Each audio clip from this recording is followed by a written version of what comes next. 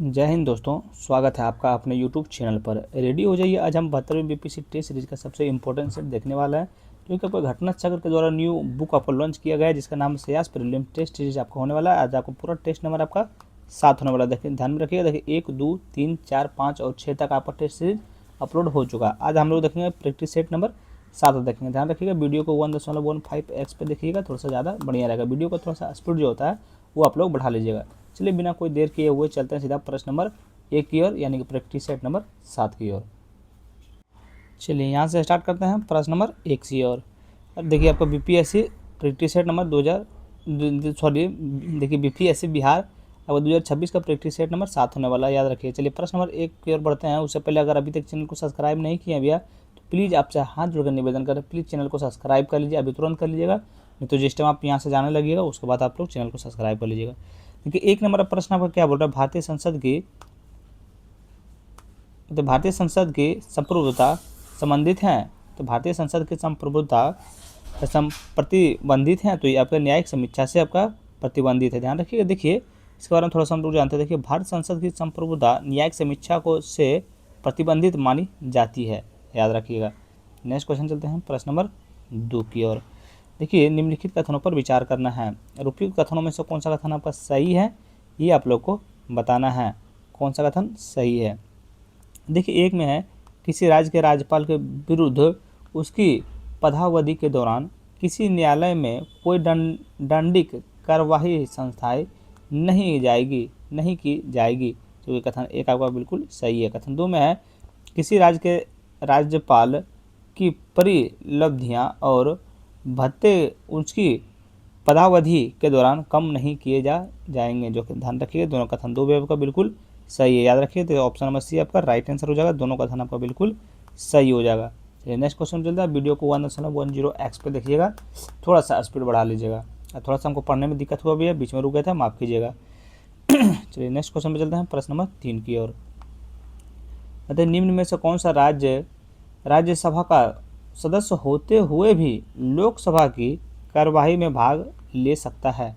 क्या बोल रहा है, निम्न में से कौन सा राज्य यानी कि राज्यसभा का सदस्य होते हुए भी लोकसभा की कार्यवाही में भाग ले सकता है। तो आपका मंत्री जो राज्यसभा का सदस्य हो, याद रखिएगा। तो ऑप्शन नंबर सी आपका राइट आंसर हो जाएगा। चलिए नेक्स्ट क्वेश्चन पे चलते हैं प्रश्न नंबर, और माफ़ कीजिएगा भी एक चीज़ आप लोग ध्यान रखिएगा। देखिए इसका सोल्यूशन हम लोग को नहीं मिला है, सिर्फ आंसर मिला है, तो आंसर के जरिए से हम सिर्फ करा रहे हैं, याद रखिएगा। चलिए अगर प्रश्न नंबर 4 की ओर बढ़ते हैं। निम्नलिखित में से कौन सा कथन संविधान सभा के विषय में सत्य है। बताइए कौन सा कथन संविधान सभा के विषय में सत्य है। ध्यान रखिए, सत्य कथन को चुनना है। चलिए देखिएगा, वह वयस्क मताधिकार पर आधारित थी, जो कि बिल्कुल आपका गलत है। देखिए वह प्रत्येक निर्वाचन का परिणाम थी, जो कि बिल्कुल आपका गलत है। वह बहुदलीय निकाय थी, बिल्कुल सही है। संविधान सभा के विषय में सत्य है, तो आपका वह बहुदलीय निकाय थी, बिल्कुल सही है। कि उसने अनेक समितियां के माध्यम से कार्य किया, ये भी आपको बिल्कुल सही है, याद रखिएगा। तो ऑप्शन नंबर सी आपका राइट आंसर हो जाएगा। नेक्स्ट क्वेश्चन चलते हैं प्रश्न नंबर 5 के। भारत के नियंत्रण एवं महालेखा परीक्षक पद पर नियुक्त का कार्य काल होता है। तो भारत के नियंत्रण एवं महालेखा परीक्षक के पद पर नियुक्ति का कार्य काल होता है। कार्यकाल बताइए इनका कितना होता है। तो ये आपका होता है 6 वर्ष होता है, याद रखिए। कितना होता है, राज्यसभा का आपका कोई भी हो गया तो उनका 6 साल आपका कार्यकाल होते हैं। चलिए 7 नंबर प्रश्न के चलते बताइए, नीति निर्देशक तत्वों के संबंध में निम्नलिखित कथनों में से कौन सा कथन सही है। बताइए नीति निर्देशक तत्वों के संबंध में निम्नलिखित कथनों में से सही कथनों का चुनाव करें। सही कथनों का चुनाव करें किसके बारे में, नीति निर्देशक के संबंध में, याद रखिए। नीति निर्देशक क्वेश्चन पर ध्यान रखिए, क्वेश्चन अगर नहीं ध्यान में रखिएगा तो फिर ऐसे काम नहीं चलेगा। देखिए यह आयरलैंड के संविधान से प्रेरित हैं, जो कि बिल्कुल आपका सही है, ध्यान रखिएगा। देखिए यह न्यायालय में परिवर्तनीय नहीं है, जो कि बिल्कुल आपका ये भी सही है, याद रखिए। दोनों सही है। कल्याणकारी राज्य की संकल्पना का इसका भाग नहीं है, जो कि बिल्कुल आपका गलत है। इसके अंतर्गत समान नागरिक संहिता अनुच्छेद 45 में है, जो कि बिल्कुल आपका गलत है। इसीलिए इसका सही उत्तर आपका ऑप्शन नंबर सी हो जाएगा। 1 और 2 आपका सही है। किसके बारे में, नीति निर्देशक तत्वों के बारे में, याद रखिएगा। चलिए अगला 7 नंबर प्रश्न बताइएगा, निम्नलिखित कथनों पर विचार कीजिए। उपयुक्त कथनों में से कौन सा कथन सही है। बताइए उपयुक्त कथनों में से कौन सा कथन आपका सही है। तो याद रखिए, देखिए इसमें आपका कोई भी सही नहीं है, क्योंकि हम पहले पढ़ चुके हैं इसको एक बार। इसका कोई भी सही नहीं हो तो ऑप्शन नंबर डी आपका राइट आंसर हो जाएगा। देखिए सोल्यूशन तो दिया नहीं है भैया, जो कि हम सोल्यूशन हम आप लोग को बता दें। भारतीय संविधान निम्न में से कौन सी नागरिकता प्रदान करता है। तो भारतीय संविधान निम्न में से कौन सी नागरिकता प्रदान करता है। तो आपका एकल नागरिकता जो है सो आपका संविधान के निम्नलिखित में से नागरिकता कौन सा प्रदान करता है। तो आपका एकल नागरिकता यानी कि प्रदान करते हैं। 9 नंबर प्रश्न पे आते हैं, प्रश्न नंबर 9 की ओर। बताइएगा मूल अधिकारों के संबंध में निम्नलिखित में से सही का चयन करें। मूल अधिकारों के संबंध में निम्नलिखित में से सही का चयन करें।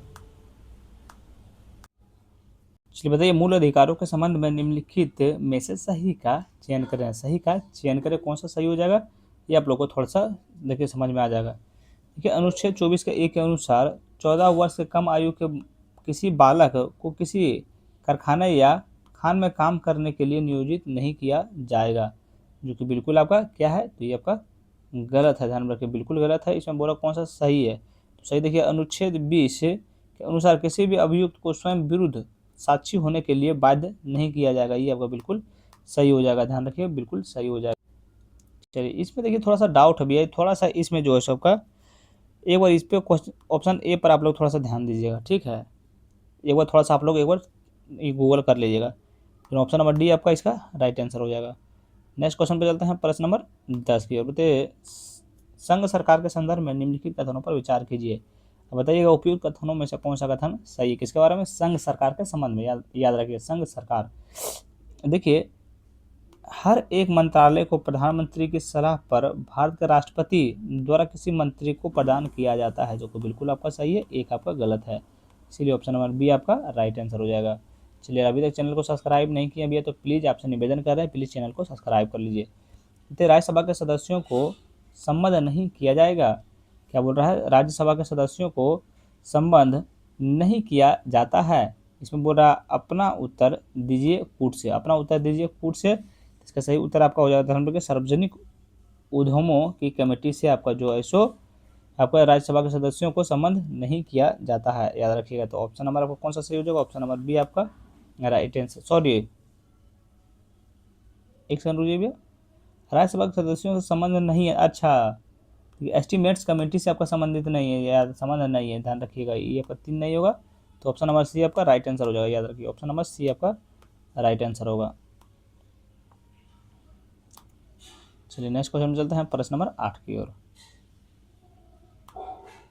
बताइए निम्नलिखित में से संवैधानिक निकायों का चयन सही विकल्प से चुनें। क्या बोला, निम्नलिखित संवैधानिक निकायों का चयन सही विकल्प से चुनें। सही विकल्प से चुनना है, ध्यान रखिए नियंत्रण एवं महालेखा परीक्षक ये आपका सही विकल्प हो गया। उसके बाद आपका वित्त आयोग आपका बिल्कुल सही हो गया, 1 और 4 आपका सही है। तो 1 और 4 आपका ऑप्शन नंबर डी हो जाएगा, 2 और 3 आपका नहीं होगा, याद रखिएगा। चलिए अगला 13 नंबर प्रश्न बताइएगा। देखिए बजट पर संसद का नियंत्रण के विषय में निम्नलिखित में से कौन सी बात सही नहीं है। बताइए बजट पर संसद के नियंत्रण के विषय में निम्नलिखित में से कौन सी बात सही नहीं है। तो संसद को समेकित निधि पर प्रभारित व्यय को बढ़ाने की शक्ति प्राप्त है, ये आपको ध्यान में रखिए, ऑप्शन नंबर बी आपका सही उत्तर हो जाएगा। नेक्स्ट क्वेश्चन चलते हैं प्रश्न नंबर 14 की ओर। राज्यसभा के लोकसभा का समान शक्तियाँ किस क्षेत्र में हैं। बताइए राज्यसभा और लोकसभा के समान शक्तियाँ किस क्षेत्र में हैं। तो ये आपका ध्यान में संविधान में संशोधन करने के विषय में आपका दोनों को आपका समान शक्तियाँ हैं, याद रखिएगा। अगला 15 नंबर प्रश्न बताइए निम्नलिखित संविधान संशोधन में कौन सा एक बताता है कि मंत्रिमंडल में कुल मंत्रियों की संख्या प्रधानमंत्री को सम्मिलित करते हुए लोकसभा सदस्यों की कुल संख्या 15% से अधिक नहीं होगी, 15% से अधिक नहीं होगी। तो 51वां संविधान संशोधन में यह वो बोला गया है। चलिए 16 नंबर प्रश्न देखिए सूची 1 सूची 2 मिलान करना। सूची 1 में समाचार पत्र है, सूची 2 में आपका संपादक है। मतलब काल के आपका समाचार पत्र का संपादक कौन है बताइएगा। चलिए बहुत ही बढ़िया क्वेश्चन है, ध्यान रखिए काल समाचार पत्र के संपादक आपका जो है सो शिवराम महादेव परांजपे हैं। देखिए बंगाली समाचार पत्र के संपादक आपका कौन है, तो ये आपका है सुरेंद्रनाथ बनर्जी हैं। सुधारक का समाचार पत्र के संपादक कौन है, तो ये आपका है गोपाल कृष्ण गोखले हैं। सोम प्रकाश का आपका है द्वारकानाथ विद्याभूषण याद रखिएगा। तो ऑप्शन नंबर ए आपका राइट आंसर हो जाएगा। आप लोग थोड़ा सा इसको जोड़ दीजिएगा और याद कर लीजिएगा। चलिए अगला 17 नंबर प्रश्न बताइएगा, अनुव्रत सिद्धांत का प्रतिपादन किया था। बताइए अनुव्रत सिद्धांत का प्रतिपादन किया, तो ये आपका जैन धर्म ने किए, याद रखिएगा। कौन किए? तो जैन धर्म ने किए हैं। बताइए निम्नलिखित में से कौन सा लक्षण सिंधु सभ्यता के लोगों का सही चित्रण प्रस्तुत करता है या करते हैं? निम्नलिखित में से कौन से लक्षण सिंधु सभ्यता के लोगों का सही चित्रण प्रस्तुत करता है? तो आपका करता सिर्फ देखिए, वे देवियों और देवताओं दोनों का पूजा करते थे, याद रखिएगा। तो ऑप्शन नंबर बी आपका राइट आंसर हो जाएगा। चलो 19 नंबर प्रश्न बताइए, महात्मा गांधी के राजनीतिक जीवन की निम्नलिखित घटनाओं का सही कालानुक्रम क्या होगा? बताइए सही कालानुक्रम चुनना है किसके? महात्मा गांधी के राजनीतिक जीवन के बारे में, याद रखिएगा। देखिए पहला तो आपका हो जाएगा चंपारण, उसके बाद हो जाएगा अहमदाबाद मिल हड़ताल, उसके बाद खेड़ा, उसके बाद हो जाएगा असहयोग आंदोलन। और जैसे सीरियल में सजाया हुआ है वैसे ही हो जाएगा, याद रखिएगा। चलिए 20 नंबर प्रश्न पे चलता है, निम्नलिखित में से कौन सा कथन जैन सिद्धांतों के अनुरूप है? बताइए निम्नलिखित में से कौन सा कथन जैन सिद्धांतों के अनुरूप हैं? कौन सा सिद्धांत है? देखिए कर्म को विनष्ट करने की सुनिश्चित मार्ग तपस्या है, जो कि बिल्कुल सही है। प्रत्येक वस्तु में चाहे वह सूक्ष्मतम कण हो, आत्मा होती है, बिल्कुल आपका सही है। कर्म आत्मा का विनाशक है और आवश्यक इसका अंत करना चाहिए, जो कि बिल्कुल आपका सही है, याद रखिएगा। तो ऑप्शन नंबर डी आपका राइट आंसर जो है, तीनों कथन सही है। तो निम्नलिखित में से कौन सा कथन बलवन से संबंध में सही नहीं है? तो निम्नलिखित में से कौन सा कथन बलवन के संबंध में सही नहीं है? तो याद रखिए, देखिए उसने इक्ताधारी व्यवस्था पर प्रारंभ किया, ये आपका सही नहीं है, उन्होंने आपका ये नहीं किया था। बाकी बात आपका ए सही है, सी सही है और डी भी आपका सही है। 22 नंबर प्रश्न देखिए, भारतीयों द्वारा अंग्रेजी भाषा में प्रकाशित प्रथम समाचार पत्र था। बताइए भारतीयों द्वारा अंग्रेजी भाषा में प्रकाशित समाचार पत्र था, तो आपका हिंदू पेट्रियाट थे, याद रखिएगा। 23 नंबर प्रश्न देखिए, वर्नाक्यूलर प्रेस एक्ट के बारे में निम्नलिखित कथनों पर में कौन सा कथन सही है? थोड़ा सा वीडियो को बढ़ा लीजिएगा भैया, वीडियो का स्पीड जितना भी आपको देखना है थोड़ा सा बढ़ा लीजिएगा। लेकिन वर्नाक्यूलर प्रेस एक्ट के बारे में निम्नलिखित में से कौन सा कथन सही है? वर्नाक्यूलर प्रेस एक्ट के बारे में देखिए, इसे लॉर्ड लिटन द्वारा अधिनियमित किया गया था, जो कि बिल्कुल आपका सही है। इसे गैंगिंग अधिनियम के रूप में जाना जाने लगा, जो कि बिल्कुल आपका ये भी सही है। इस अधिनियम में लॉर्ड रिपन निरस्त कर दिया गया था, जो बिल्कुल आपका सही है, याद रखिएगा। इसका दोनों आंसर आपका सही हो जाएगा। चलिए नेक्स्ट क्वेश्चन में चलते हैं, प्रश्न नंबर 24 की ओर। बताइए प्रसिद्ध विजय विट्ठल मंदिर किसके 56 रचित स्तंभ संगीतमय स्वर निकालते हैं कहाँ स्थित है? बताइए वो कहाँ स्थित है?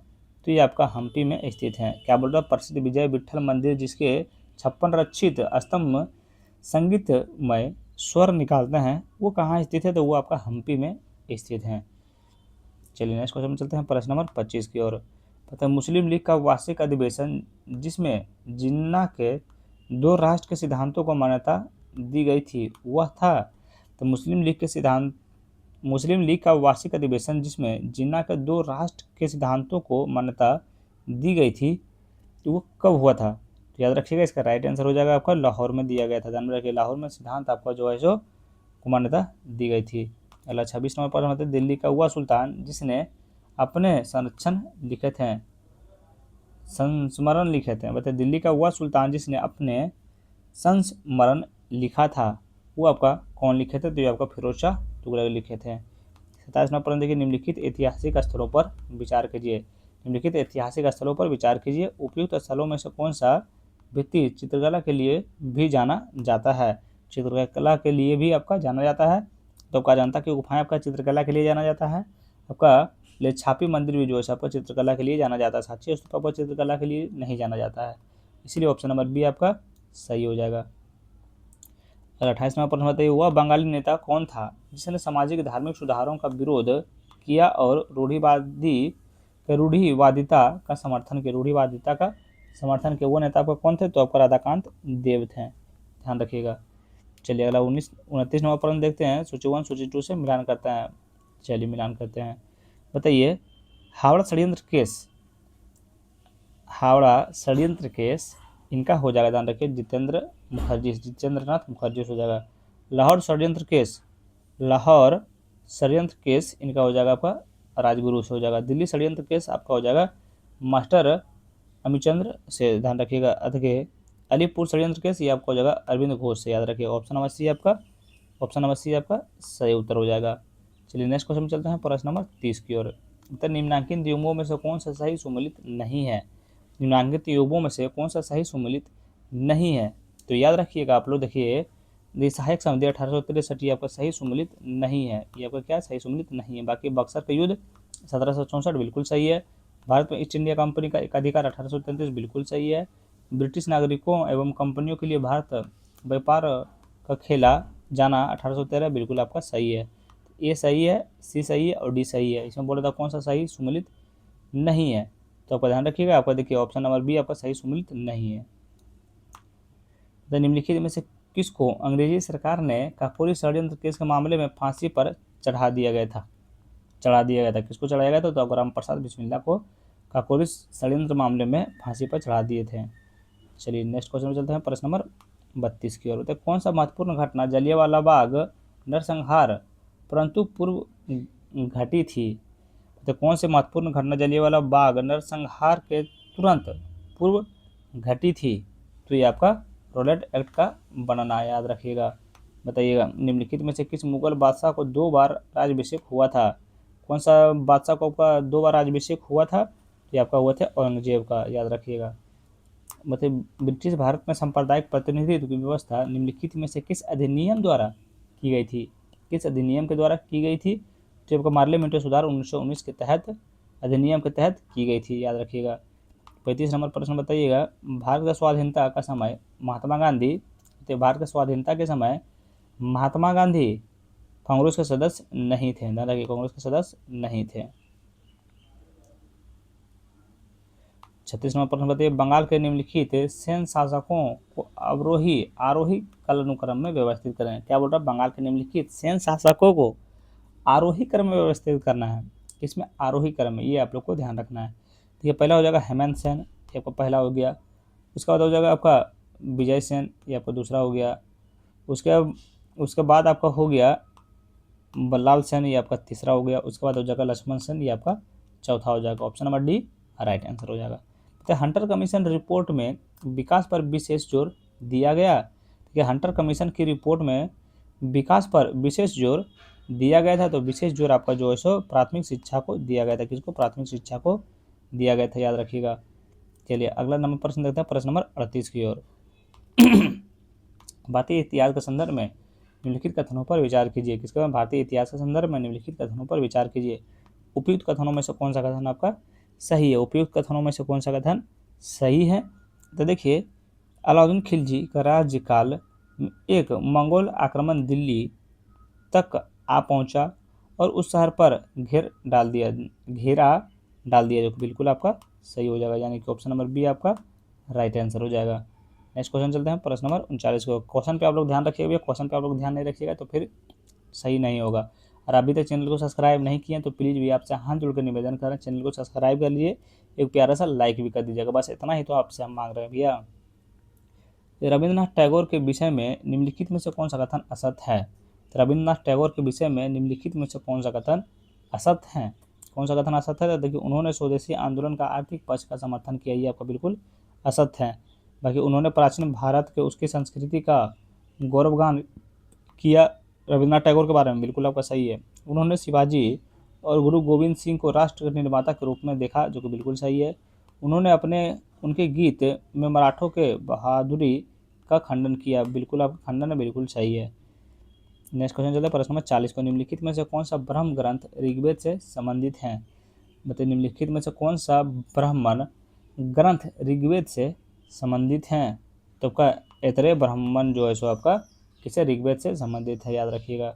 41 नंबर प्रश्न में देखिए, चलिए मिलान करते हैं। संगठन दिया हुआ है और संस्थापक दिया हुआ है। देखो दिए, लैंड होल्डर सोसाइटी के आपका संस्थापक कौन है? लैंड होल्डर सोसाइटी के संस्थापक आपका जो है सो आपका है द्वारकानाथ टैगोर हैं। तो ब्रिटिश इंडिया सोसाइटी के आपका संस्थापक कौन है? तो आपका विलियम एडम्स है। तो इंडियन सोसाइटी का संस्थापक आपका कौन है? तो ये आपका है आनंद मोहन बोस हैं। इंडियन एसोसिएशन का आपका संस्थापक कौन है, तो एस.एन. बनर्जी है, याद रखिएगा। तो ऑप्शन नंबर ए आपका सही उत्तर हो जाएगा। 42वां प्रश्न देखिए, भारत के किस मध्यकालीन शासक ने इक्का व्यवस्था प्रारंभ की? बताइए, इक्ता व्यवस्था प्रारंभ की, कौन सा मध्यकालीन शासक ने ये आपका किए थे? तो ये आपका ध्यान रखना, ये आपका किए थे इल्तुतमिश किए थे। बताइए, अलार कलाम कौन थे? अलार कलाम कौन थे? तो आपका बुद्ध के गुरु थे। कौन से? तो बुद्ध के गुरु थे, याद रखिएगा। चलिए नेक्स्ट क्वेश्चन चलते हैं, प्रश्न नंबर 43 की ओर, 44 की ओर। बताइए, मुगल कालीन ग्रंथ मासिर ए आलमगीरी किसकी रचना है? मतलब मुगल कालीन ग्रंथ मासिर ए आलमगीरी किसकी रचना है? तो ये आपका शकी मुस्तैद खान की आपका रचना है। तो ये मुसलमान यदि खुश और संतुष्ट हैं तो भारत में ब्रिटिश शक्ति का महत्व बचाव होगा, यह किसने लिखा? तो यह किसने लिखा? तो ये आपका W हंटर लिखे थे, याद रखिएगा। नेक्स्ट क्वेश्चन पे चलते हैं, प्रश्न नंबर 46 की ओर। प्रश्न नंबर 46 की ओर, भारत के विभाजन का बाल्कन प्लान उपज था? भारत के विभाजन का बाल्कन प्लान उपज था? बाल्कन प्लान आपका कौन सा उपज था? तो आपका लॉर्ड माउंटबेटन मस्तिष्क का, याद रखिएगा। तो ऑप्शन नंबर सी आपका सही उत्तर हो जाएगा। नेक्स्ट क्वेश्चन चलते हैं, प्रश्न नंबर 47 की ओर। बताइएगा, निम्न तापी इंजनों का अनुप्रयोग होता है? मतलब निम्न तापी इंजनों का अनुप्रयोग होता है, तो इनका अनुप्रयोग जो है सो आपका किस में होता है? तो रोलेक्ट प्रौद्योगिकी में होता है। किस में? तो रोलेक्ट प्रौद्योगिकी में होता है, याद रखिएगा।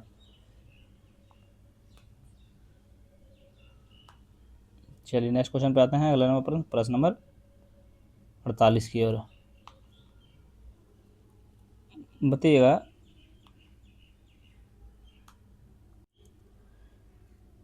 देखिए, यानी यौगिक से संबंधित निम्न कथनों पर विचार कीजिए। क्या करना है? निम्न कथनों पर विचार करना है। उपयुक्त में से कौन सा कथन आपका सही है? कौन सा कथन सही है, ये आप लोग को बताना है। कौन सा कथन सही है? तो देखिए, इसमें है यानी यौगिक अल्कोहल में अविलय होते हैं। क्या कथन एक आपका सही है? बताइए, क्या कथन एक आपका सही है? तो कथन एक आपका बिल्कुल सही है। कथन दो में आपका जो है बिल्कुल गलत है, इसीलिए आपका ऑप्शन नंबर ए आपका राइट आंसर हो जाएगा। क्या हो जाएगा? ऑप्शन नंबर ए आपका राइट आंसर हो जाएगा। नेक्स्ट क्वेश्चन पे चलते हैं। चलिए अगले चलते हैं, प्रश्न नंबर 49 की ओर।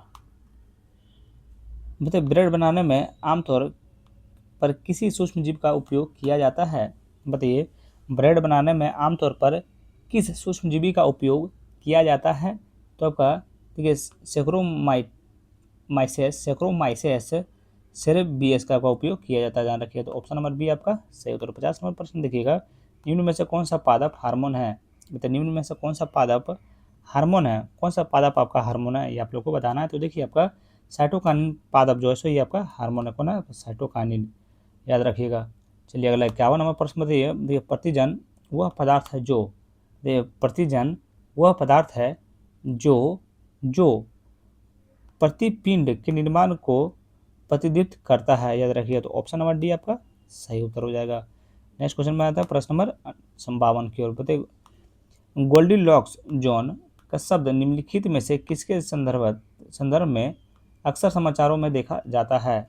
बताइए, गोल्डीलॉक्स जोन शब्द निम्नलिखित में से किसके संदर्भ में अक्सर समाचारों में देखा जाता है? तो अक्सर समाचारों में देखा जाता है तो ब्रह्म अंतरिक्ष में पृथ्वी जैन ग्रहों की खोज में आपका अक्सर जो समाचारों में देखा जाता है, ये आप लोग को ध्यान रखना है।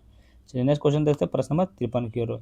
साइकिल और कारों में बॉल बेयरिंग का प्रयोग होता है, क्योंकि साइकिल और कारों में बॉल बेयरिंग का प्रयोग होता है क्योंकि क्योंकि पहिया और धुरी के बीच संस्पर्श का प्रभावित क्षेत्र घट जाता है, याद रखिएगा। तो ऑप्शन नंबर सी आपका सही उत्तर हो जाएगा।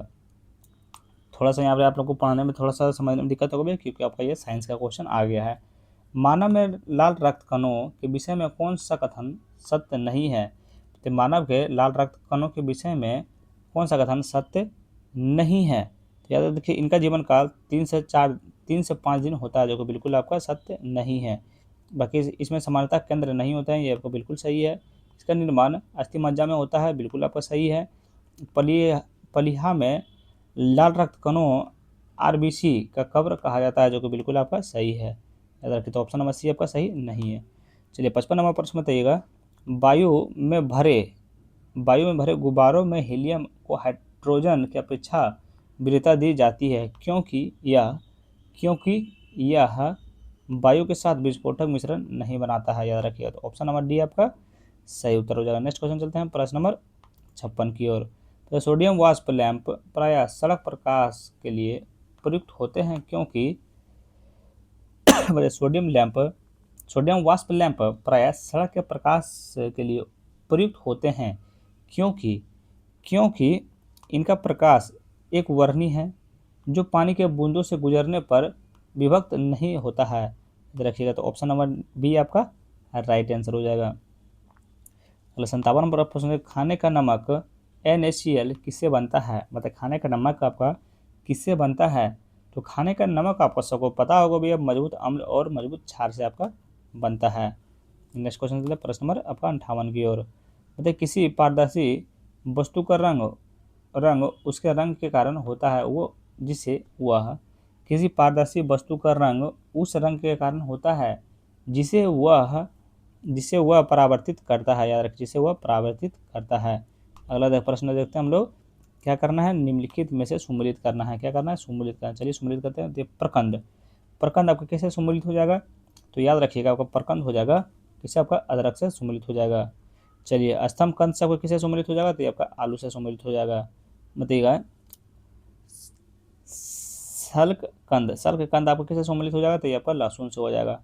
चलिए देखिए, धन कंद ये आपका हो जाएगा जमी कंद सूरन से हो जाएगा। याद रखिएगा। तो ऑप्शन नंबर सी आपका सही उत्तर हो जाएगा। माफ कीजिएगा, थोड़ा सा अगर दिक्कत हुआ हुआ कुछ तो 60 नंबर पर देखिए, निम्नलिखित में से कौन सा सीमेंट का मुख्य घटक है?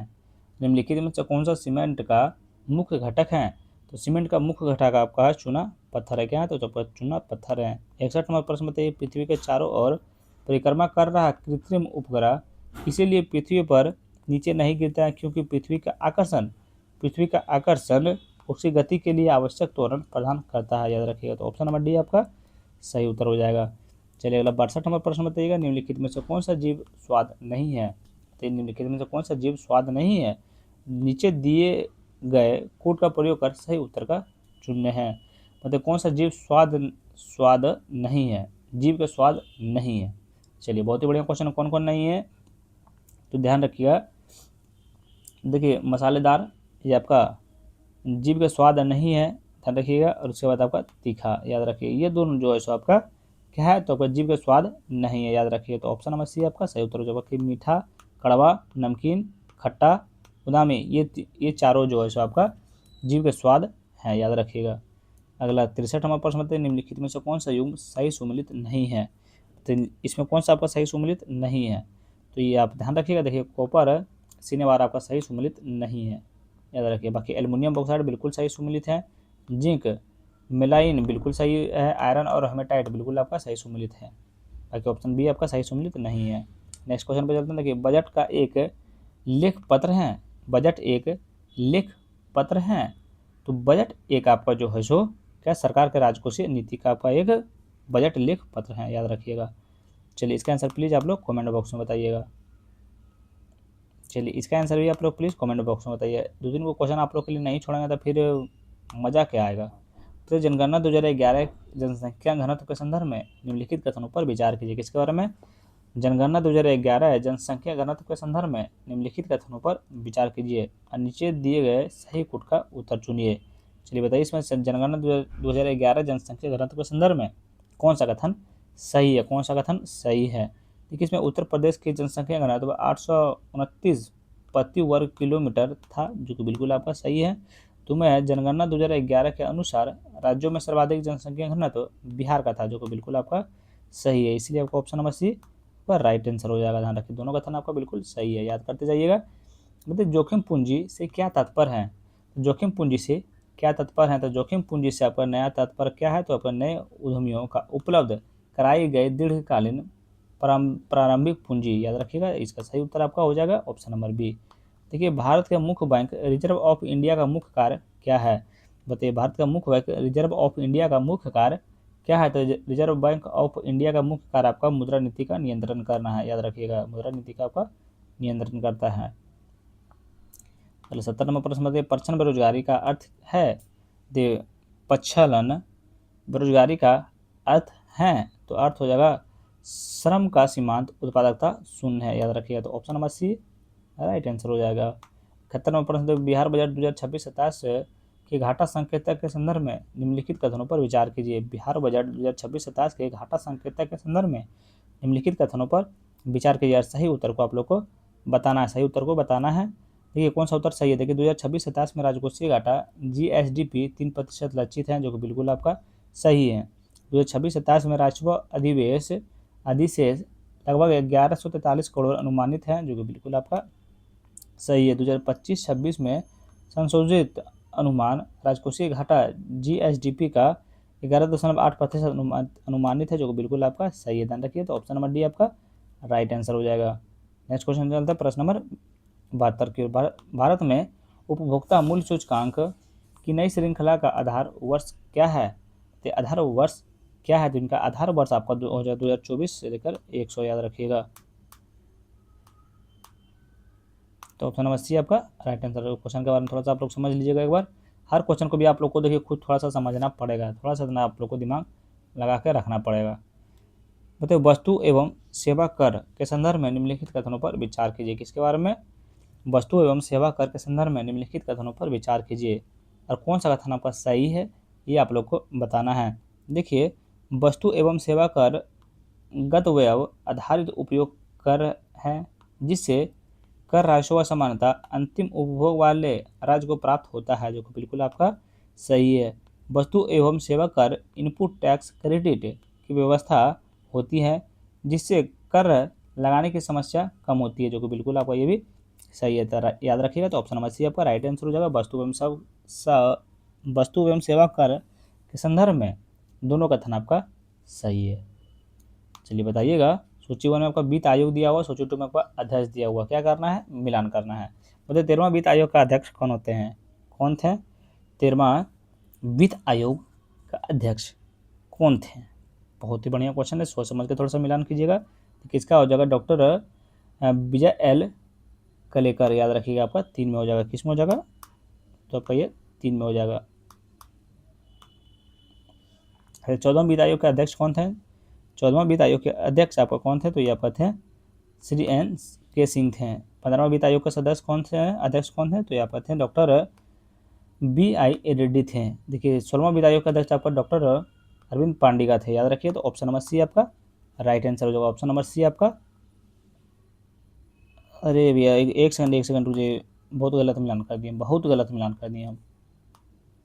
देखिए 13वां वित्त आयोग के अध्यक्ष कौन थे? तो आपका डॉक्टर विजय एल कलेकर थे, बिल्कुल सही है। 14वां वित्त आयोग के अध्यक्ष आपको कौन थे?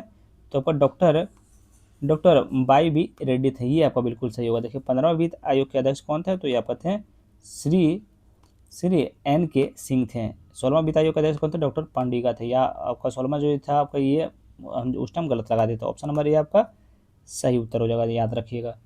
नेक्स्ट क्वेश्चन में चलते हैं प्रश्न नंबर 75 की ओर। अभी तक चैनल को सब्सक्राइब नहीं किया भैया तो प्लीज़ चैनल को सब्सक्राइब, जब तक नहीं कीजिएगा तब तक तो हम बोलते रहेंगे हर 15-20 क्वेश्चन पे।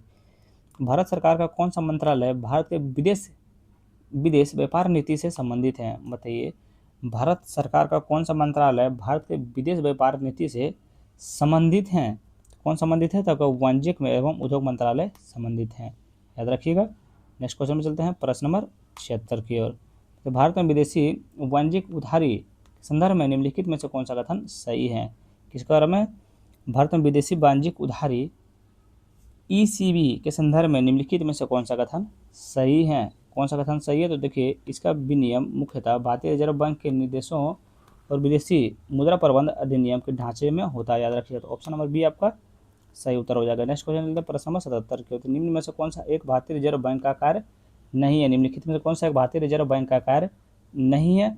तो देखिए साख सृजन जो है सबका भारतीय रिजर्व बैंक का आपका कार्य नहीं है। 78वां प्रश्न देखिए, स्वतंत्र भारत का प्रथम औद्योगिक नीति की घोषणा की गई थी। बताइएगा, स्वतंत्र भारत की प्रथम औद्योगिक नीति की घोषणा कब की गई थी? इनकी घोषणा आपको 1948 में किया गया था, याद रखिएगा। चलिए अगला पर चलते हैं प्रश्न नंबर, निम्नलिखित में कौन सा प्राचीन वलित पर्वत नहीं है? प्राचीन वलित पर्वत आपको कौन सा नहीं है? तो याद रखिए, देखिए प्राचीन वलित पर्वत आपका जो है सो एंडीज पर्वत नहीं है। कौन सा नहीं है? तो एंडीज पर्वत नहीं है।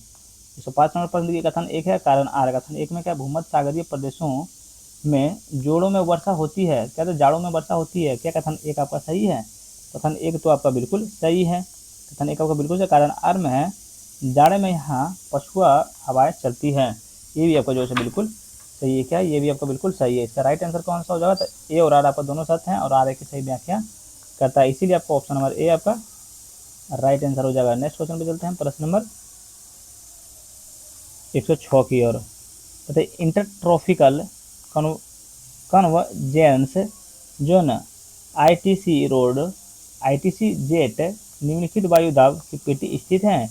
माफ कीजिएगा, इसको थोड़ा पढ़ने में दिक्कत हो गया भैया, थोड़ा सा माफी मांगते हैं। भूमध्य रेखा पर स्थित है, याद रखिएगा। चलिए नेक्स्ट क्वेश्चन देखते हैं। 7 नंबर प्रश्न सूची 1, सूची 2। सूची 1 में क्या महासागर है और सूची 2 में सबसे गहरे स्थान है। सबसे गहरे स्थान है, क्या करना है? मिलान करना है। चलिए बताइएगा, प्रशांत महासागर के सबसे गहरे स्थान कौन सा है? प्रशांत महासागर के सबसे गहरे स्थान कौन है? तो ये आपका है मेरियाना ट्रंच है, ध्यान रखिएगा। ठीक है, अटलांटिक महासागर के सबसे गहरे स्थान कौन सा है? तो ये आपका है, देखिए प्यूर्टो रिको ट्रेंच है। कौन सा है? प्यूर्टो रिको ट्रेंच है। मतलब हिंद महासागर के सबसे गहरे स्थान कौन सा है? तो इनका सबसे गहरे स्थान आपका जावा ट्रेंच है। अटलांटिक महासागर, आर्कटिक महासागर से आपका हो जाएगा यूरेशियन बेसिन का आपका हो जाएगा, याद रखिए। तो ऑप्शन नंबर बी आपका सही उत्तर हो जाएगा। नेक्स्ट क्वेश्चन चलते हैं, प्रश्न नंबर 100।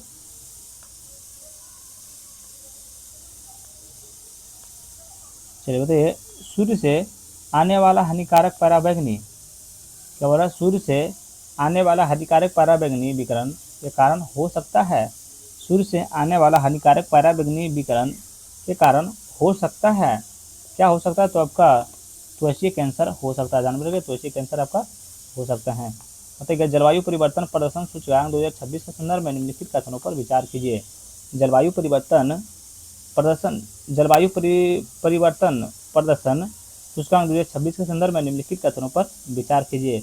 उपयुक्त कथनों में से कौन सा कथन आपका सत्य है, ये आप लोग को बताना है। कौन सा कथन सत्य है? देखिए, एक में यह सूचकांक जर्मन वॉच एवं 2 अन्य संस्थाओं में कंसोर्टियम द्वारा जारी किया जाता है, जो कि बिल्कुल आपका सही है। 2 आपको बिल्कुल गलत है, इसीलिए इसका सही उत्तर आपका ऑप्शन नंबर ए हो जाएगा। केवल एक आपका इसमें सही है। नेक्स्ट क्वेश्चन पे चलते हैं, प्रश्न नंबर 110 की ओर। बताइए हाल ही में यूनिवर्सिटी ऑफ शिकागो द्वारा क्या alumni award for professional achievement से सम्मानित होने वाले भारतीय अर्थशास्त्री कौन बने हैं? तो ये प्रथम भारतीय अर्थशास्त्री कौन बने हैं? तो आपका केवी सुब्रमण्यम बने हैं, याद रखिएगा। 111 नंबर प्रश्न बताइएगा, देखिए हिटलरली अवार्ड 2026 यानी कि ग्रीन ऑस्कर के संदर्भ में निम्नलिखित कथनों पर विचार कीजिए। किसके बारे में? ग्रीन ऑस्कर 2026 के संदर्भ में निम्नलिखित कथनों पर विचार कीजिए। और कौन सा कथन आपका सत्य है, ये आप लोग को बताना है। कौन सा कथन आपका सत्य है, ये आप लोग को ध्यान रखना है। देखिए, एक में है वर्ष 2026 का पहला, वर्ष 2026 का यह पुरस्कार भारतीय अर्थशास्त्री परवीन शेख को लंदन में प्रदान किया गया था, जो कि बिल्कुल आपका गलत है। कि यह पुरस्कार संकटग्रस्त इंडियन स्कीमर के पक्षी प्रजाति संरक्षण हेतु दिया गया है, जो कि बिल्कुल आपका सही है, बिल्कुल सही है, इसलिए आपका ऑप्शन नंबर बी आपका राइट आंसर हो जाएगा, याद रखिएगा। नेक्स्ट क्वेश्चन चलते हैं, प्रश्न नंबर 112 की होगा। तो नगर विमानन महानिदेशालय से एयर आफ्टर सर्टिफिकेट प्राप्त करने वाली भारत की पहली व्यावसायिक सीप्लेन एयरलाइन का नाम क्या है? एयरलाइन का नाम आपका क्या है? तो आपका स्काई होप है, ध्यान रखिए, क्या है? स्काई होप है। थोड़ा सा इस सब क्वेश्चन को आप लोग खुद पढ़िएगा भैया, ध्यान रखिएगा। तो यूनिवर्सिटी ऑफ ऑक्सफोर्ड और सीरम इंस्टीट्यूट ऑफ इंडिया के बीच हाल ही में किस बीमारी के लिए अगली पीढ़ी के टीके के R78C का विकास हेतु लाइसेंसिंग समझौता हुआ है? तो आपका मलेरिया में आपका हुआ, याद रखिएगा। तो ऑप्शन नंबर आपका ए राइट आंसर हो जाएगा। 114 नंबर पर देखिए, चलिए बताइएगा, देखिए चिकित्सा तकनीकी के संदर्भ में अखिल भारतीय वायु विज्ञान संस्थान की नई दिल्ली में देश की पहली बार नियमित क्लिनिक का उपयोग के लिए पोर्टेबल वेबसाइट MRI सेवा शुल्क की है। यह किस प्रणाली पर आधारित है? यह किस प्रणाली पर आधारित हैं? तो ये आपका ध्यान रखिएगा, आपका देखिए सुप पोर्टेबल MRI सिस्टम पर आपका आधारित है। ऑप्शन नंबर बी आपका सही उत्तर हो जाएगा। चलिए इसका आंसर प्लीज आप लोग कमेंट बॉक्स में बताइएगा। नेक्स्ट क्वेश्चन पे चलते हैं, प्रश्न नंबर 116 की ओर। बताइए भारतीय न्यायिक प्रणाली डिजिटल क्रांति के संदर्भ में निम्नलिखित में से कौन सा कथन सत्य है? बताइए भारतीय न्यायिक प्रणाली में डिजिटल क्रांति के संबंध में निम्नलिखित में से कौन सा कथन सत्य है? कौन सा कथन सत्य है? तो याद रखिए, देखिए सिक्किम भारत का पहला पूर्णतः पेपरलेस न्यायिक प्रणाली अपनाने वाला राज्य बना है। याद रखिएगा, तो ऑप्शन नंबर बी आपका सही उत्तर हो जाएगा। नेक्स्ट क्वेश्चन 117 नंबर प्रश्न बताइएगा, सूचना एवं प्रसारण मंत्रालय द्वारा हाल ही में केंद्रीय फिल्म प्रमाणन बोर्ड CBFC के पूर्व अध्यक्ष को प्रसार भारती का नया अध्यक्ष नियुक्त किया गया है। वे कौन है? देखिएगा वे कौन है, तो वे आपका प्रसून जोशी है। कौन है? ये आपका प्रसून जोशी हैं। चलो 118 नंबर प्रश्न बताइए, हिंद प्रशांत क्षेत्र में चीन की मलक्का दुविधा को बढ़ाने और भारत के अन्य वाणिज्यिक प्रभुत्व को मजबूत करने वाले 100 बिलियन डॉलर के ग्रेट निकोबार प्रोजेक्ट को हाल ही में किस संस्था के बड़े पर्यावरणीय शर्तों के साथ मंजूरी दी है? तो ये आपका नेशनल ग्रीन ट्रिब्यूनल। याद रखिएगा, तो ऑप्शन नंबर बी आपका सही उत्तर हो जाएगा। नेक्स्ट क्वेश्चन पे चलते हैं, प्रश्न नंबर 19 की ओर। बताइए मई 2026 में अंतरिक्ष क्षेत्र में स्टार्टअप्स क्या गैलेक्सी आई द्वारा लॉन्च किए गए दुनिया का सबसे पहले ऑप्टोसार उपग्रह मिशन दृष्टि के संबंध में कौन सा कथन आपका असत्य है? कौन सा कथन आपका असत्य है? तो आप याद रखिएगा, देखिए आपका इसमें इस उपग्रह के तकनीकों केवल दिन के उजाले में साफ मौसम में ही ली जा सकती है, जो कि बिल्कुल आपका क्या है, ये आपका गलत है। यानी बोल रहा था कौन सा कथन आपका सत्य है, तो ऑप्शन नंबर डी आपका सत्य है। बाकी ए सही है, बी सही है और सी भी आपका सही है। नेक्स्ट क्वेश्चन चलता है, प्रश्न नंबर 120 के। मई 2026 में भारत और कंबोडिया की सेनाओं के बीच द्विपक्षीय रक्षा सहयोग को मजबूत करने के लिए संयुक्त सैन्य अभ्यास सिनवैक्स 2026 का दूसरा संस्करण कहाँ आयोजित किया जा रहा है? दूसरा संस्करण आपको कहाँ आयोजित किया जा रहा है? तो कंपोंग स्प्यू प्रांत कंबोडिया में आपका आयोजित किया जा रहा है, ध्यान रखिएगा। नेक्स्ट क्वेश्चन पे चलते हैं, प्रश्न नंबर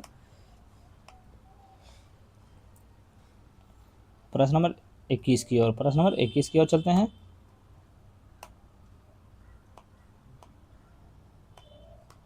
बताइएगा, देखिए मई 2026 में इंडियन प्रीमियर लीग IPL के इतिहास में 200 विकेट का आंकड़ा छूने वाले पहले विदेशी ओवरसीज गेंदबाज कौन बने हैं?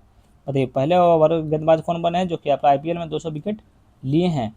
तो आपका सुनील नारायण बने। कौन बना है? तो आपका सुनील नारायण बना है, याद रखिएगा। तो ऑप्शन नंबर बी आपका सही। तो चलिए अगला नंबर प्रश्न थे, प्रश्न नंबर 122 की ओर। तो मई 2026 में किस भारतीय राज्य के अनुसंधान के अंतरिक्ष उत्पादकों के व्यावसायीकरण को बढ़ावा देने के लिए भारत का पहला राज्य नेतृत्व वाला स्टेप्स टेक्नोलॉजी उत्कृष्टता केंद्र को शुरू किया है?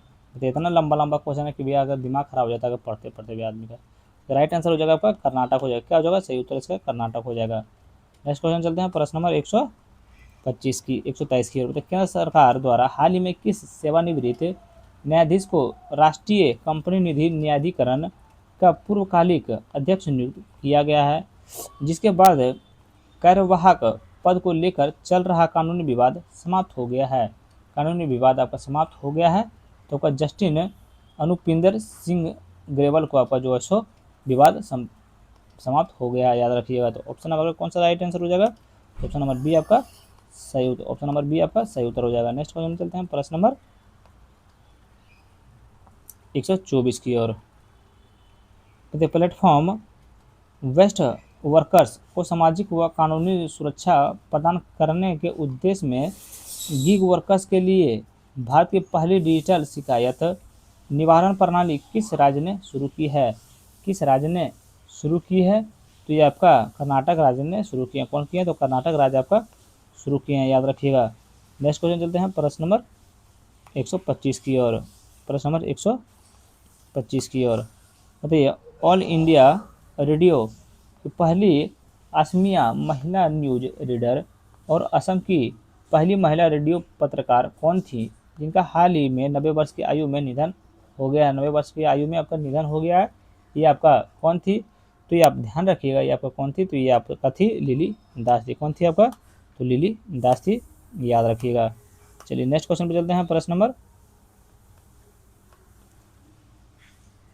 126 की ओर।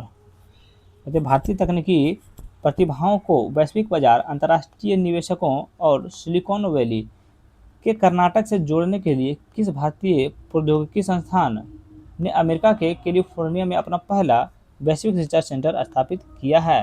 पहला पहला वैश्विक रिसर्च सेंटर स्थापित किया है कैलिफोर्निया में, जो आपका किए हैं के आईआईटी मद्रास किए हैं। कौन किए, तो आईआईटी मद्रास किए हैं। विद्युत सेना, नौसेना और वायुसेना के बीच युद्ध का आपातकालीन स्थिति में त्वरित एकीकृत और सैन्य निर्माण कर लेने हेतु भारतीय सशस्त्र बलों का पहला ज्वाइंट ऑपरेशंस कंट्रोल सेंटर कहाँ स्थापित किया जा रहा है? आपको पहला क्या वो ज्वाइंट ऑपरेशन कंट्रोल सेंटर कहाँ स्थापित किया जा रहा है? तो आपका दिल्ली कैंट में आपका किया जा रहा है। ध्यान रखिए, वीडियो को भैया 1.15x पे देखिएगा, इधर वीडियो का स्पीड नहीं बढ़ाइएगा तो मज़ा नहीं आएगा पढ़ने में। थोड़ा सा स्पीड रहेगा तो वीडियो मैनेज हो जाएगा, थोड़ा सा कहीं हम रुक जाते हैं वो आपका मैनेज हो जाएगा, थोड़ा सा स्पीड हो जाएगा। 128 नंबर प्रश्न देखिए, इंटरनेशनल ऑर्गेनाइजेशन फॉर माइग्रेशन द्वारा जारी वर्ल्ड माइग्रेशन रिपोर्ट 2026 के अनुसार वर्ष 2024 में वैश्विक स्तर पर प्रवासियों में क्या रेमिटेंस धन प्रेषण प्राप्ति का कौन सा देश शीर्ष पर रहा है? कौन सा देश शीर्ष पर रहे हैं? तो भारत आपका जो है शीर्ष पर रहे हैं।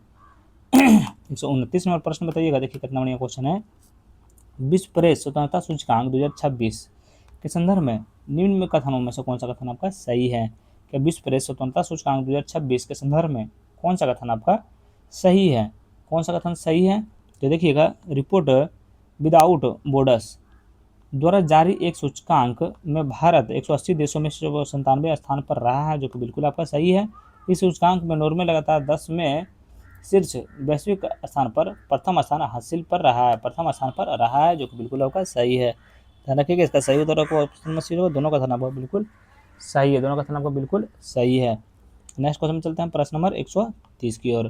तो केंद्र सरकार द्वारा केंद्रीय फिल्म प्रमाणन बोर्ड के नए अध्यक्ष के रूप में किसे नियुक्त किया है, जो वर्तमान अध्यक्ष प्रसून जोशी का स्थान लेंगे? किसे आपका अध्यक्ष प्रसून जोशी का आपका स्थान लेंगे? तो ये आपका लेंगे शशि शेखर वेम्पति लेंगे। ध्यान में रखिएगा, ऑप्शन नंबर ए आपका राइट आंसर हो जाएगा। अगला नंबर प्रश्न बताइए, प्रश्न नंबर 131 की ओर। भारतीय अंतरिक्ष स्टार्टअप इकोसिस्टम में ऐतिहासिक मील का पत्थर स्थापित करते हुए 7 मई 2026 को $1.1 अरब के मूल्यांकन के साथ देश का पहला स्पेस टेक यूनिकॉर्न बनने वाला स्टार्टअप कौन सा है? स्टार्टअप आपका कौन सा है? तो ये आपका है स्काई रूट एरोस्पेस है, याद रखिएगा। तो ऑप्शन नंबर बी आपका सही उत्तर हो जाएगा। इस क्वेश्चन को आपको याद करना जरूरी है। लास्ट आपको जो इधर 20 क्वेश्चन हो रहा है, बहुत हार्ड क्वेश्चन है, बहुत लंबा क्वेश्चन है, ये आप लोग को पढ़ना बेहद जरूरी है। इस शिक्षा के माध्यम से वैश्विक स्तर पर छात्रों की जलवायु परिवर्तन और पर्यावरण संरक्षण से जोड़ने के लिए किस भारतीय शिक्षकों ने कैम्ब्रिज डेडिकेटर्स टीचर अवार्ड 2026 में दक्षिण एशिया क्षेत्र का प्रतिनिधित्व खिताब जीता है? तो यह शिक्षा के माध्यम से वैश्विक स्तर पर छात्रों को जलवायु परिवर्तन और पर्यावरण संरक्षण से जोड़ने के लिए किस भारतीय शिक्षिका ने कैम्ब्रिज डेडिकेटर्स टीचर्स अवार्ड 2026 में दक्षिण एशिया क्षेत्र का प्रतिष्ठित खिताब जीता है? तो आपका सोमा मंडल जीते हैं। कौन जीते हैं? तो आपको सोमा मंडल जीते हैं, याद रखिएगा। नेक्स्ट क्वेश्चन चलते हैं, प्रश्न नंबर 133 की ओर। बताइए, बिहार सरकार के राज्य कैबिनेट ने हाल ही में बिहार अर्बन ट्रांसफॉर्मेशन प्रोग्राम के तहत राज्य के शहरी क्षेत्रों और नागरिक अवसंरचनाओं को सुदृढ़ करने के लिए किस वैश्विक वित्तीय संस्थान $50 करोड़ लगभग 4750 करोड़ ऋण प्राप्त प्रस्ताव को मंजूरी दी है? $50 करोड़ यानी कि लगभग 4750 करोड़ का ऋण प्रस्ताव को मंजूरी दी है। तो ये आपका विश्व बैंक दिए हैं, यानी कि वर्ल्ड बैंक दिए हैं, याद रखिएगा, मंजूरी दिए हैं। नेक्स्ट क्वेश्चन में चलते हैं, प्रश्न नंबर 134 की ओर। बताइए, पृथ्वी विज्ञान मंत्रालय के तत्वावधान में Indian institute of tropical meteorology Pune में मौसम पूर्वानुमान और शहरी बाढ़ की सटीक भविष्यवाणी के लिए देश के पहले ओवरटन टेस्ट बेड एंड एवं एरोसोल वेधशाला कहाँ स्थापित की गई है? इसको थोड़ा सा आप लोग खुद एक बार पढ़ लीजिएगा भैया। इसका सही उत्तर आपको चेन्नई तमिलनाडु में आपका जो है स्थापित किया जा रहा है। 135 नंबर प्रश्न में भारत सरकार ने हाल ही में जनरल अनिल चौहान का सेवा कार्यकाल समाप्त होने के बाद देश का अगला चीफ ऑफ डिफेंस स्टाफ किसे नियुक्त किया है? किसे नियुक्त किए हैं? तो आपका लेफ्टिनेंट जनरल NS राजा सुब्रमण्यम को आपका दूसरा आपका जो है सो नियुक्त किए हैं। ध्यान रखिए कौन आपका चीफ ऑफ डिफेंस स्टाफ किसे नियुक्त किए हैं? तो आपका लेफ्टिनेंट जनरल NS राजा सुब्रमण्यम को आपका नियुक्त किए हैं। तो भारतीय नौसेना के नए प्रमुख यानी कि chief of the naval staff के रूप में किसे नियुक्त किया है?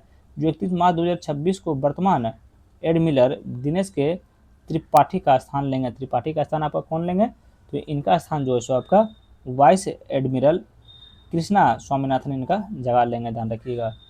अगला देखिए 137 नंबर प्रश्न देखिए मोटर स्पोर्ट्स के संदर्भ में हाल ही में आयोजित प्रसिद्ध अंतर्राष्ट्रीय मोटरसाइकिल रेस प्रतियोगिता में फ्रेंच ग्रांड प्रिक्स MotoGP 2026 का खिताब किस देश के राइडर जॉर्ज मार्टिन ने जीता है? किस देश का अगर जॉर्ज मार्टिन ने जीता है तो ये आपका किस देश का जीते हैं? तो ये आपका स्पेन का देश के ये आपका स्पेन देश से है, याद रखिएगा। राष्ट्रीय अपराध रिकॉर्ड ब्यूरो द्वारा जारी crime in India report 2024 report के अनुसार देश के विदेशी नागरिकों से जुड़े सर्वाधिक अपराध किस राज्य में दर्ज किए गए हैं? किस राज्य में दर्ज किए गए? तो ये आपका असम राज्य में सबसे आपराधिक अपराध यानी कि किस राज्य में दर्ज किया गया? तो आपका असम राज्य में सबसे ज़्यादा अपराध आपका दर्ज किया गया है। 139 नंबर पर देखिए अमेरिकी football league major league soccer के इतिहास में केवल 64 मैचों में सबसे तेज 100 गोल योगदान 59 गोल और 41 असिस्ट का नया रिकॉर्ड बनाने वाले विश्व के प्रसिद्ध खिलाड़ी कौन बन गए हैं? विश्व के प्रसिद्ध खिलाड़ी कौन बने? तो लियोनेल मेसी बने हैं। याद रखिएगा कौन बने? लियोनेल मेसी बने हैं। 140 नंबर प्रश्न बताइएगा। देखिए देश भर की जिला व अधीनस्थ अदालतों की ढांचागत और तकनीकी आधुनिकीकरण के लिए भारत के मुख्य न्यायाधीश सूर्यकांत द्वारा गठित उच्च स्तरीय समिति का अध्यक्ष किसे नियुक्त किया गया है? किसे नियुक्त किया गया है? तो आपका जस्टिन अरविंद कुमार को आपका किया गया है। ध्यान रखिएगा। चलिए नेक्स्ट क्वेश्चन देखते हैं प्रश्न नंबर 41 के राज और मणि एक दूसरे के मुंह। चलिए इसको आप लोग को भैया मैथ है यहाँ से आप लोग को सॉल्व करना पड़ेगा। आंसर बता देते हैं। ऑप्शन नंबर सी आपका राइट आंसर हो जाएगा। इस सबको आपको खुद सॉल्व करना पड़ेगा। 142 का सही उत्तर आपका ऑप्शन नंबर ए हो जाएगा। 143 का सही उत्तर ऑप्शन नंबर कौन सा हो जाएगा? तो ए हो जाएगा। 144 का सही उत्तर अभी तक चैनल को सब्सक्राइब नहीं किया भैया तो प्लीज़ चैनल को सब्सक्राइब कर लीजिए। चलिए 145 नंबर का सही उत्तर आपको कौन सा हो जाएगा? तो ऑप्शन नंबर बी हो जाएगा। 146 का सही उत्तर कौन सा हो जाएगा? तो 146 का सही उत्तर आपका ऑप्शन नंबर ए हो जाएगा। 147 का सही उत्तर कौन सा हो जाएगा? तो 147 का सही उत्तर ऑप्शन नंबर क्या हो जाएगा? 147 का सही उत्तर आपका ऑप्शन नंबर ए हो जाएगा। 148 का सही उत्तर आपका ऑप्शन नंबर कौन सा हो जाएगा? 148 का सही उत्तर आपका ऑप्शन नंबर सी हो जाएगा। 149 का सही उत्तर आपका ऑप्शन नंबर ए हो जाएगा। 150 नंबर आज का आखिरी नंबर प्रश्न है। बताइएगा कि आपका कितना मार्क्स आ रहा है? सही उत्तर आपका ऑप्शन नंबर डी हो जाएगा। वीडियो हो गया समाप्त। अगर आप लोग को अच्छा लगा हो तो थैंक यू सो मच।